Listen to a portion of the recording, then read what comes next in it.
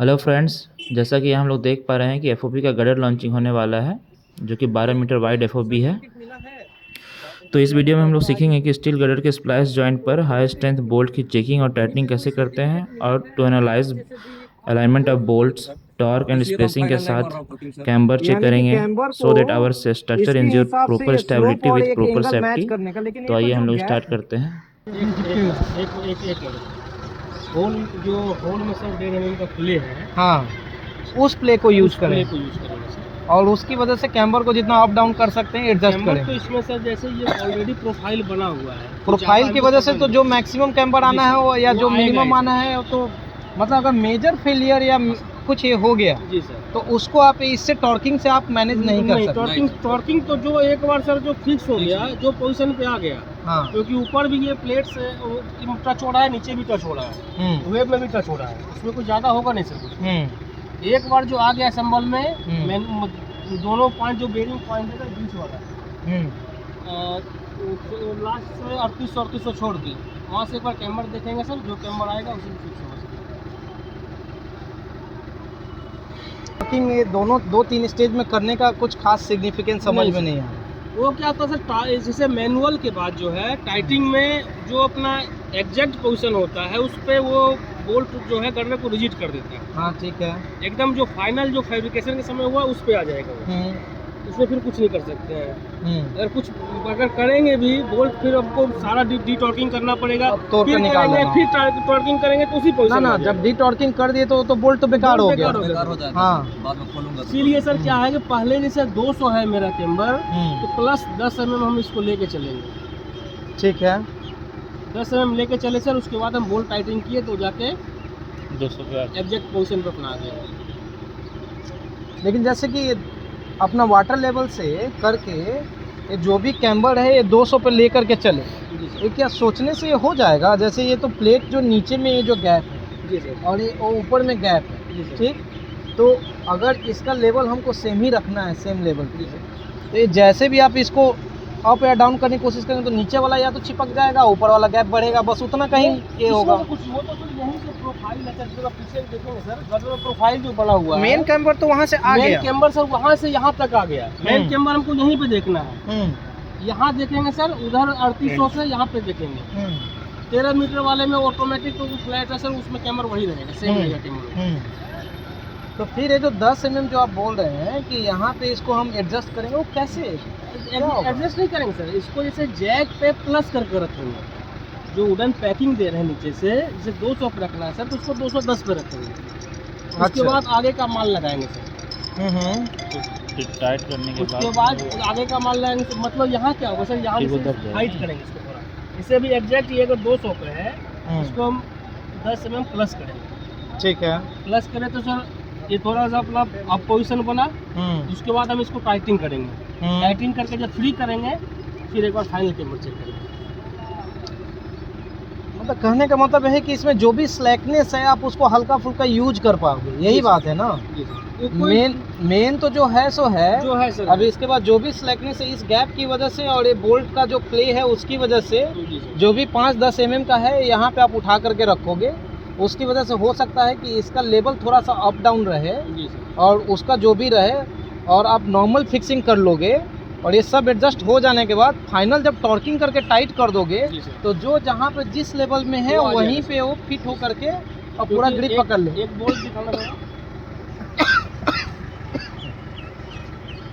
HSFC bolt में जो sir ये पोजीशन होता है ना, ये सबको जो है अपने ये बोल्ट अपना सेंटर में आ जाता है। इसकी जब बोल्ट जब टाइटिंग होगा सर, तो ये ऑटोमेटिक होल के सेंटर में आ जाएगा। अच्छा, बोल्ट पूरा फ्री हो जाएगा, सारा प्लेट को सेंटर में ले जाएगा ये वाला जो पोर्शन होता है। बाकी नॉर्मल बोल्ट में सर ये नहीं होता है। अच्छा, यहाँ पे थोड़ा सा जो है, जैसे ये 22 का बोल्ट है तो ये थोड़ा सा ज़्यादा होगा। ये जो उसका सैंक है लास्ट वाला, जी सर, लास्ट सैंक जो है यहाँ पे भी शेप होता है, बाहर निकला हुआ, जो कि ऑटोमेटिक ये बोल्ट होल को सेंटर में कर लेता है ये। अच्छा, इसमें जो DTI वाशर जो लगा रहे हैं, DTI वाशर निकाल रहे हैं, प्लेन वाशर निकाल रहे हैं, प्लेन बहुत ये सर। इसमें 6 ग्रुप है, ये 6 ग्रुप है सर। ये इसका तो ये भी लिखा रहता है ना, ग्रेड वेट, तो इसका लिखा होगा, ग्रेड लिखा होगा सर इस पर। 8 का है, H8 लिखा हुआ है इस पर। अच्छा ठीक है 8.8 का सर बोल्ट है। ठीक है 22 डाया का है। जी सर। ठीक है ये पोजीशन है सर इसका। हम्म, यही सर ये DTI प्रेस होता है। हम्म। जैसे जैसे टॉर्किंग होता जाएगा ये DTI प्रेस होगा। तो पूरा ग्रिप पकड़ लिया आपने। ये पूरा ग्रिप पकड़ेगा सर।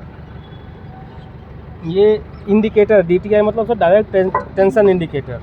जैसे मतलब टॉर्क करेंगे ना उसके बाद फिर गेस इसको चेक करेंगे कि कितना कंप्रेस हुआ। तो अगर इसमें सर 6 इंडिकेटर है तो 4 इंडिकेटर इसमें कंप्रेस करना हमको जरूरी है। और 4 इंडिकेटर मिनिमम सर हम इसमें हम कंप्रेस करेंगे। अच्छा ये जो गेज है ना सर ये डिसाइड करेगा कितना है उसके हिसाब से उसका कोड में दिया हुआ है मिनिमम कितना है। जैसे ही ये 5 पे आ जाएगा 6 से तो मिनिमम वो 3 हो जाएगा सर। इसे बोल्ट लगाए नट लगा के जब वाशर लगाए इसको जब टाइट करेंगे सर। नट किधर से लगाए दिखाइए। ये जो प्लेन वाशर है plain washer plain both washer direction नीचे में सेम है। जी सर। इसमें कोई दिक्कत प्लेन वाशर जरा खोल कर दिखाइए। प्लेन वाशर सर प्लेन है। बोथ डायरेक्शन नीचे रखें या किसको किधर रखें कोई दिक्कत नहीं है। कोई दिक्कत नहीं है सर लेकिन मार्क वाले को हमेशा नीचे रखें। नीचे रखें। अच्छा ठीक नट है में भी सर मार्क है उसको भी नीचे रखते हैं। जो भी कल के डेट में कोई देखेगा कौन सा ग्रेड का नट लगा हुआ तो दिखेगा वो। ओके ठीक है। तो कोई ज़रूरी नहीं है सर लेकिन फिर भी ये फुल। तो ये जो खांचा बना हुआ 6 खांचा बना हुआ है अच्छा इस लोकेशन पे फिलर गेज डालेंगे। अच्छा क्योंकि ये जो कोरोगेटेड टाइप है वो बाहर है तो यहाँ पे डालेंगे तो जाएगा नहीं। जाएगा नहीं। ओके इसमें ये जब कंप्रेस यहाँ डालेंगे यहाँ डाल के हमको चेक करना है। यानी जो गैप है ये गैप बता जो रहा है ये कि यहाँ पे इंडिकेटर gap- दिया हुआ है यहाँ से डालना है तो आप गैप में डाल के वो चेक कीजिए। अच्छा अगर ये दोनों सर कोरोगेटेड पोर्शन अगर कंप्रेस हो जाएगा तो यहाँ ये फिलर गेज को जाने नहीं देगा ये। यहाँ पे गो नो गो टेस्ट करेंगे। जी सर। अच्छा इसमें सर हमको जैसे ये अच्छा 2 पे अगर गो है तो चलेगा। ये एक्सेप्टेंस क्राइटेरिया बता रहे हैं। जी सर। ये क्या डाया के ऊपर डिपेंड करता है कि बोल्ट में नहीं कितना सर डाया ये कोरोगेटेड के ऊपर डिपेंड करता है। कि अगर 6 है जी सर। तो 6 में 4 2। तो ये भी तो फिर परसेंटेज में आ गया ना जी सर। कि कितना परसेंटेज में गो नो गो गया। 111 में सर है दिया हुआ। अच्छा। स्पोर्ट जो है सर BS 111 वो फॉलो करते हैं RDSO का। अगर अगर ये 5 कोरोगेटेड रहेगा सर तो उसमें 3 2 रहेगा। अच्छा 3 2 यानी कि 6 हो तो भी 2 हमारा गो चलेगा 5 हो तो भी 2 गो चलेगा। अच्छा हमारा जो केस है ये सब में क्या 6 है। ये सब में 6 है सर। सब में 6 है यानी कि ये जो 4 में हमारा नो गो होना चाहिए और 2 में माइट भी हो सकता है लेकिन अगर वो भी अगर कंप्रेस हो गया तो बढ़िया। ठीक है तो इसका मतलब ये हुआ कि ये जो हम गो नो गो का जो प्ले कर रहे हैं जो होल का डाया 1.5 mm जो तो इन सारी चीज़ों की वजह से जो ऊपर में जो थोड़ा सा 10 mm करके उठा करके रखे थे तो वो समहाउ कहीं पे हम मेंटेन करके और टाइट करके रख दें तो वहाँ पे वो रह जाए 2-4 mm सर रहेगा। हाँ तो मतलब उतना तक हम होल्ड करके रख सकते हैं। बाकी मेन कैम्बर तो जो हमारा प्लेट का कटिंग है उसमें प्रोफाइल आ में जो गया। दिया हुआ सर तो उसी में रहेगा वो। मेजर यहाँ पे हम चाहें कि कुछ चेंजेस कर लें तो वो हम कुछ नहीं कर सकते। यही बात है ना। जी सर। कोई भी गर्डर में सर बड़ा ब्रिज भी हम लोग करते हैं तो उसमें जो जॉइंट पे ऑलरेडी प्रोफाइल वो दिया रहता है कैम्बर वही कैम्बर आगे मेंटेन होते हुए चला जाता है। अगर हम ये सर होल में छेड़छाड़ करेंगे तब वो जाके कैम्बर डिफेक्ट होता है। यहाँ तो मेरा HSFG बोल्ट है सर 23.5 का बोल्ट है। ज़्यादा थिकनेस का प्लेट भी नहीं है। मैक्सिमम हम 120 लेंथ का बोल्ट यूज कर रहे हैं बॉटम में 115 का टॉप में। तो 100 कितना हो जा रहा है इसका ग्रिप लेंथ 76 हो रहा है सर ऊपर ग्रिप लेंथ 3 प्लेट लग रहा है। वही 80 हो रहा है नीचे। कोई ज़्यादा ग्रिप लेंथ भी नहीं है सर 3 प्लेट इसमें होल भी आसानी से आ जाएगा। छोटा प्लेट है 300 का स्प्लाइस है ना 300 का स्प्लाइस है सर। हम लोग तो 2-2 मीटर का स्प्लाइस करते हैं। उसमें क्या होता है अगर होल में हम लोग छेड़छाड़ करते हैं तब जाके कैम्बर लॉस होता है। ऐसे मतलब होल डाया अगर प्ले ज़्यादा दे दिया जी सर। अगर क्योंकि इसका जो डाया है ये परफेक्ट डाया है जी सर। और इसमें जो ग्रूविंग कटी हुई है वो भी उसी हिसाब से कटी हुई जी है सर। कि जो एक्स्ट्रा वो वाला पार्ट centralize कर लेता है है सर। उसको सेंट्रलाइज करके जी और सर। फिल कर दे जी सर। और उसके बाद वाशर से हम जो अपना ग्रिप मेंटेन करना वो कर रहे हैं। अगर इसी बीच में अगर ये होल का डाया बढ़ गया तो इसका जो ये जो फंक्शन जो होना था वो नहीं करेगा सर। वो नहीं function करेगा और ये उसके थोड़ा बाद थोड़ा वो सारे होल में shear डिस्ट्रीब्यूट करेगा हो सर। करके वो सीयर करेगा shear फैलेगा करेगा। वो तो फिर कैम्बर लॉस होगा वो। अच्छा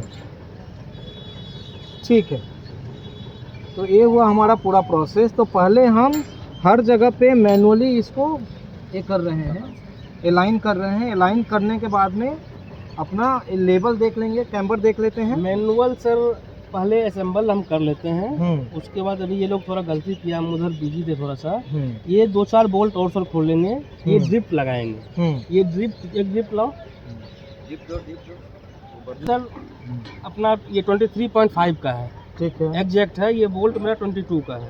ये ड्रिप जब होल में डालेंगे सर तो मेरा 3 प्लेट जैसे आ रहा है, तीनों प्लेट को एक पैरेलल होल में कर देगा। ठीक है, तो 2 प्लेट रहा है, यहाँ पे लूज पड़ा छोटा वाला, इस चीज से लगा होगा ना सर, इसमें अगर लगाएंगे ना तो तीनों को एक पैरेलल में कर देगा। ये सारे होल जो वैसे अगर हम 4 लोकेशन पे लगा देंगे तो सब एक लाइन में आ तो गया, सबको जो है एक लाइन में ले आएगा। इसका सर रेशियो है अपना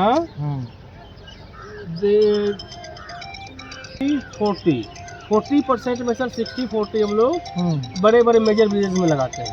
अच्छा, जैसे सारा जो है होल मेरा एक पोजीशन में आ जाएगा। मतलब एक कन्वेंशनल एक तरीका है कि इतना हम कर देते हैं तो बाकी सब अलाइनमेंट में आ जाएगा, अलाइनमेंट में से ऑटोमेटिक आ जाएगा, और अलाइनमेंट में भी आ जाएगा, उसके उसके बाद कैम्बर भी जो होगा अपना कैम्बर पोजीशन में भी आ जाएगा। अच्छा, उसके बाद जो सर बोल्ट लगाएंगे ना तो बोल्ट ये मेरा पूरा फ्री रहेगा, एक ही बोल्ट पे मेरा लोड नहीं रहेगा। हम ड्रिप लगाएंगे जैसे ये बोल्ट से फ्री है ना पूरा, इस तरीके से पूरा ये फ्री रहेगा। ओके, एक ही बोल्ट पूरा मतलब लोड नहीं है। 1.5 का जो प्ले है उसमें आराम से फ्री है। उसके बाद हम जो टॉर्किंग शुरू करेंगे, वो ड्रिप लगा के हम कैम्बर चेक कर लिए, उसके बाद बोल्ट डाले, उसके बाद सर हम इसमें टॉर्किंग शुरू किए। तो मतलब इस स्टोरी में ऐसा है कि ये करने से जो अननेसेसरी बोल्ट में जो टेंशन आ रहा था, जी सर, क्योंकि जबरदस्ती ठोक करके घुसाए हैं तो ये उसका स्ट्रेंथ वो को जैसे जबरदस्ती ठोक के घुसाने में सर 2 नुकसान है। एक तो थ्रेड खराब होगा सर, दूसरा अगर हम इसमें हैमरिंग करेंगे सर, ये जितना भी मार्किंग है वो दबेगा, उसमें सर रस्ट आएगा, फिर वो सारा प्रॉब्लम आता है सर। इसलिए ड्रिप करके 1 by 1 जो है आराम से इजीली उसमें बोल्ट हम डालते हैं। अच्छा, अभी क्या है कि ये सर SDG बोल्ट है, अभी हम इस पे हैमरिंग कर देंगे तो क्या होगा, 6 महीने बाद इस पे रस्ट आ जाएगा। रस्ट आ जाएगा, सही बात है। तुम लोग फॉलो कर रहे हो? मैंने तो एक को देखा ठोकते हुए बोल्ट, तुम ही ठोक रहे थे। हाँ, उधर से बोल्ट, उधर वाले एक बोल्ट तुम ठोक रहे थे, ठोक के घुसा रहे थे। तुम लीडर ही हो तो सबसे पहले तो तुम्ही को उड़ा देगा सर। ऐसे जो गुल्ली गुल्ली बोलते हैं साइड पे, ड्रिप मेरा ओरिजिनल नाम हुआ सर ये। ठीक है, तो मतलब ये वर्किंग जो मेथोडोलॉजी है, इसको जो भी gap fill in the blanks है कि जो एज पर कोडल प्रोविजंस है उसको एक बार क्रॉस चेक करके, ठीक, मतलब मोरल ऑफ द स्टोरी क्या है कि ये जो भी हमारा ये जो बोल्ट है इसकी क्वालिटी है, DTI वाशर की क्वालिटी है, प्लेन वाशर की क्वालिटी है, नट की अपनी क्वालिटी है, और इन सारी चीज़ों को असेंबली करने का भी अपना एक तरीका है कि किस ढंग से इसको असेंबली करेंगे। अगर हमने असेंबली इस ढंग से किया कि सारे जो नट हैं अपना इंटेंडेड पर्पस फुलफिल करें, जैसे इसको ज़बरदस्ती की, तो जैसे इन्होंने बताया कि एक तो ये गया, एक इसका थ्रेड गया, और दूसरा एक चीज़ और है कि इसको जो लोड लेना था ये अपना यहाँ पे ग्रिप में की वजह से लोड लेना था, इसका सैंक, ठीक है, लेकिन जब खूब लोड सब सैंक पे नहीं लेना है, HSFG का सर ये फ्रिक्शन बोल्ट है, ये सारा वाशर के पास में रह जाएगा, ये वाशर पे सर रहेगा, ये प्लेट का ग्रिप बना के रखेगा, सैंक पे लोड या नहीं, सैंक पे लोड आएगा तो टूट जाएगा। तो अभी जब हम जबरदस्ती इसको ठोकेंगे तो कहीं ना कहीं सैंक पे कुछ लोड इसका ट्रांसफर होगा, इसको सैंक बोलते हैं। मैं तो सैंक इसी को समझ रहा था। सही हो गया, हाँ, थ्रेड वो है, ये तो थ्रेड हो गया सर, सैंक ये हो गया। हाँ, मैं यही समझ रहा हूँ, इसको सैंक हो गया। हाँ, अच्छा, इसको पूरा ही सैंक, पूरा सैंक में थ्रेड किया हुआ सर मेरे। अच्छा, इसको पूरा सैंक बोलेंगे, ये पूरा सर। तो मैं इसी को समझ रहा था। ओके, तो यानी कि हमारा जो भी लोडिंग है DTI वाशर का है कि बोथ डायरेक्शन से फ्रिक्शन इस सरफेस के साथ में और उसका अपना जो कोएफिशिएंट ले, और जबरदस्ती इसमें हम ठोकेंगे तो कहीं ना कहीं ये जो लोड है इस पोर्शन पे ट्रांसफर होगा। तो इस पोर्शन पर ट्रांसफर होने का मतलब जो नहीं होना चाहिए वो होगा, और वो होगा तो कहीं ना कहीं हमारा वर्क में इनएफिशिएंसी आ गई और वो चीज़ मटेरियलाइज करेगा। तो अगर हम सारे बेसिक प्रोसेस सही ढंग से फॉलो करते हैं तो अल्टीमेटली सारा स्ट्रक्चर सेफली टॉर्किंग होने के बाद में स्ट्रेंथ के हिसाब से अपने जगह पे आ जाएगा, और यही हम लोग को इंश्योर करना है। ठीक, इन लोगों को आपने समझा दिया तो इसको भी तुम अपना ये नोट डाउन कर लो कि कैसे, मतलब ये जो बोल्ट सारे मैनुअली हमने लगा दिए। जी सर। तो जो टॉर्किंग करेंगे तो किधर से पहले टॉर्किंग स्टार्ट करेंगे? वो जैसे गाड़ी का भी हम चक्का लगाते हैं सेंटर ना, से करते हुए जाना है सर। सेंटर से पहले करेंगे, 1 लाइन करेंगे, 2 लाइन करेंगे, 3 लाइन करेंगे, अच्छा। तीसरा लाइन करेंगे, इस तरीके से। तो सेंटर में सेंटर क्या से एक outer लाइन side। पूरा का पूरा कर लेंगे? एक लाइन लाइन पूरा पूरा। करेंगे सर, दूसरा पूरा करेंगे, अच्छा। फिर दूसरा करेंगे, फिर दूसरा करेंगे, फिर तीसरा करेंगे, फिर तीसरा करेंगे। सेंटर से फैलते हुए जाएंगे बाहर की तरफ, इनसाइड टू आउटसाइड जाए। ड्राइंग प्लेट का थिकनेस भी डिफाइन किया हुआ है, ठीक है? किया हुआ सर। तो जैसे ये वाला प्लेट मुझे पतला लग रहा है, ये मोटा लग रहा है, ये 6 mm है क्या? ये नहीं सर। 8 mm। 1 मिनट हम देख लेते हैं सर। तो एज पर ड्राइंग ये भी देखना, ऐसा नहीं कि सब हो गया और बाद में पता चला कि सब करें। प्लेट हम चेंज कर देंगे। 8 का है सर, ये मेरा 8 का बुझा रहा है। जो ड्राइंग में होगा वही होगा। जब बोल्ट ज्यादा बाहर भी नहीं निकलना चाहिए। बोल्ट का 2-3 थ्रेड तो ऊपर रहना चाहिए। ये भी 12 है, इस साइड 12 है, इस साइड 12 है। अच्छा ठीक है। टॉप में सर ये 20 का है, ये नीचे भी 20 का है, और ये 36 का है। ठीक है। बॉटम में सर 40 का है क्या? बॉटम प्लेन सर ये 40 का है, उसके ऊपर सर ये 20 है, ये दोनों 20-20 का एज है। पर ड्राइंग तुम लोग देख लो, ठीक है? यानी कि ये 12 है, ये 20, वो दोनों भी 20। ठीक। तो हमारे पास 2 ही साइज के प्लेट, मतलब थिकनेस के प्लेट होंगे। जो ब्रीफ को पकड़ता है, जैसे 6 को प्लेट का ज्वाइंट है, इसमें तो केवल 3 ही है। सबको जैसे ओवरऑल आइडिया है, तो एक बार मिल जाए